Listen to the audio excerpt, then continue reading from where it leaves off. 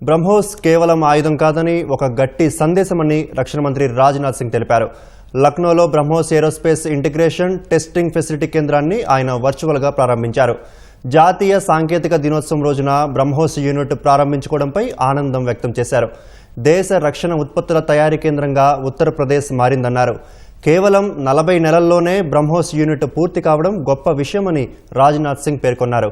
Operation Sindoor ఉగ్రవాదానికి వ్యతిరేకంగా భారత్ తీసుకున్న దృఢ సంకల్పం సైనిక శక్తికి నిదర్శనంగా నిలుస్తుందని తెలిపారు.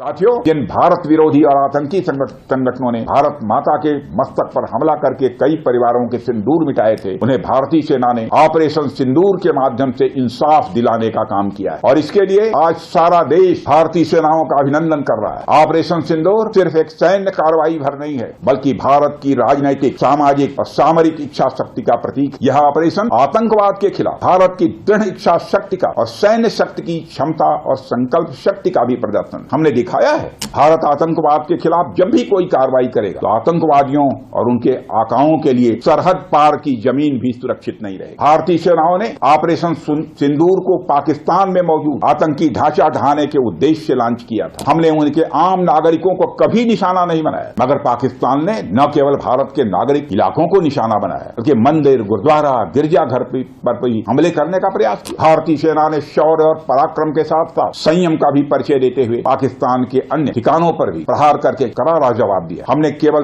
सीमा से सटे सैन्य ठिकानों पर ही नहीं कार्रवाई की, बल्कि भारत की सेनाओं की धमक उस रावलपिंडी तक सुनी गई जहां पाकिस्तानी फौज का हेडक्वार्टर मौजूद। मित्रों, भारत में आतंकवादी घटनाएं करने और कराने का क्या अंजाम होता है, यह पूरे विश्व ने उरी की घटना के बाद देखा, जब हमारी सेना ने पाकिस्तान में घुसकर सर्जिकल स्ट्राइक की। पुलवामा के बाद देखा, जब बालाकोट पर एयर स्ट्राइक की गई। और अब पहलगाम की घटना के बाद दुनिया देख रही है कि जब भारत ने पाकिस्तान के भीतर घुसकर मल्टीपल स्ट्राइक, आतंकवाद के खिलाफ जीरो टॉलरेंस की नीति पर चलते हुए हमारे यशस्वी प्रधानमंत्री नरेंद्र मोदी ने स्पष्ट कर दिया है, यह नया भारत है जो आतंक के खिलाफ सरहद के इस पार और उस पार दोनों तरफ प्रभावी कार्रवाई करेगा। यह हमारे प्रधानमंत्री जी ने स्पष्ट रूप से यह संदेश दे दिया।